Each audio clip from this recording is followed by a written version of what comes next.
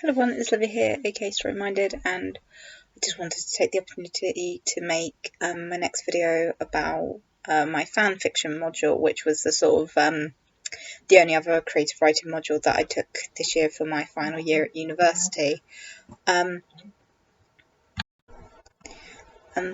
So for the fan fiction module, it was a really interesting module to take.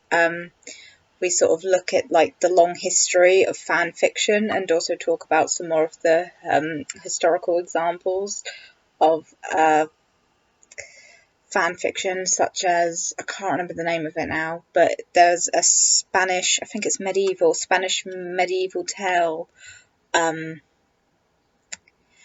that throughout the centuries is retold in all the different versions. I think it's about a knight, and the versions of the story keep being dismantled and recreated, and it's kind of like an example of what we now know today as fan fiction, where other writers started to take this fictional world that's been created, and then they either play with it, invent your own characters, and all that interesting stuff. And actually what was really interesting about this module was learning that there's actually a wide sort of literary critical field for fan fiction, which I wasn't aware of.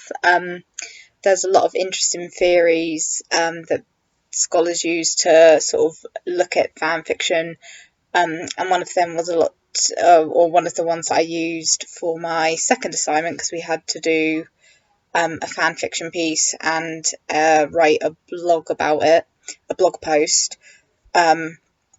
And I wanted to looking at the creative writing process and sort of like reasoning your choices for how you created your fan fiction piece. And I found a really interesting piece of research that was looking into the idea of imaginative play, and from a more sort of psychological point of view, why people enjoy fan fiction. And it's that kind of almost like personal connection you can make with the fictional characters, especially if they're by a favourite author, or the characters are just characters that you really care about, and sort of looking at that, and the idea that when you write fan fiction, you typically, although this might not be a case for everyone, but typically people write fan fiction because it's like that,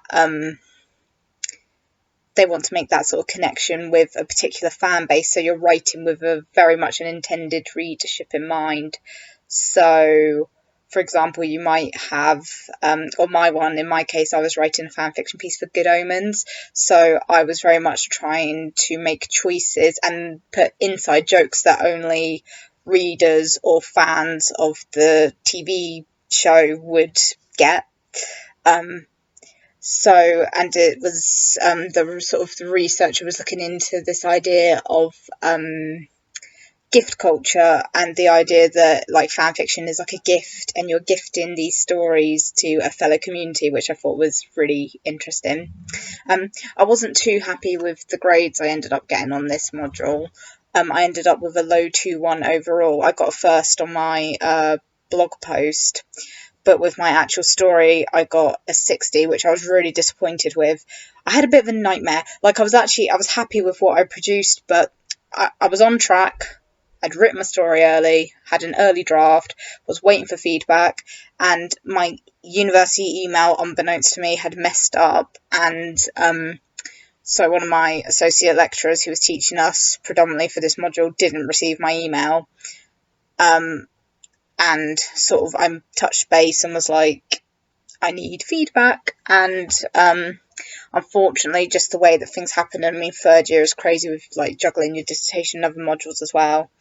I ended up not really being able to get feedback. I got feedback from my other lecturer who was amazing, and I really appreciated the feedback. I took it on board and tried to implement it in, but also I was doing this module alongside my facts and fiction, which I was really focused on.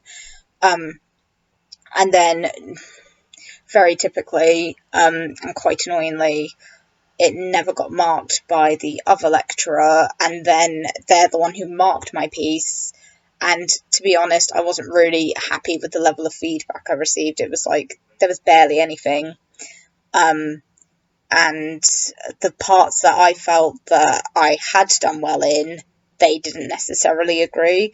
And usually I've never sort of felt before, like usually when I receive feedback, I see the lecturer's point and I'll be like, oh yes, I agree with that, I see why they've said that. But in this case, it was like, no, I completely disagree. And it was highly annoying because I was thinking, like, if you'd given me feedback, I probably would have fixed a bunch of stuff, but you know, that's just the way it goes sometimes. So I was really disappointed with that module. The actual content of it was really interesting, and it was still great fun because I love Good Omens. Neil Gaiman's one of my favourite writers, and I still really enjoyed the process of writing just a short story for Crowley and Aziraphael, and sort of exploring the more so subtle undertones of their relationship. And it was just really interesting to play with, and it was just fun, really. It was just fun to indulge in a small piece of that world. And I very much tried to stick with inspiration from the novel, the original novel by Neil Gaiman and Terry Pratchett, and also Neil Gaiman's script for the TV show. So I kind of used both for inspiration, and I was quite happy with what I've written for it. But it was just a shame that the grade didn't really reflect what I felt about it. But that's the way it goes sometimes. Anyway, if anyone's watched this, thank you, and I hope everyone's doing well. Bye.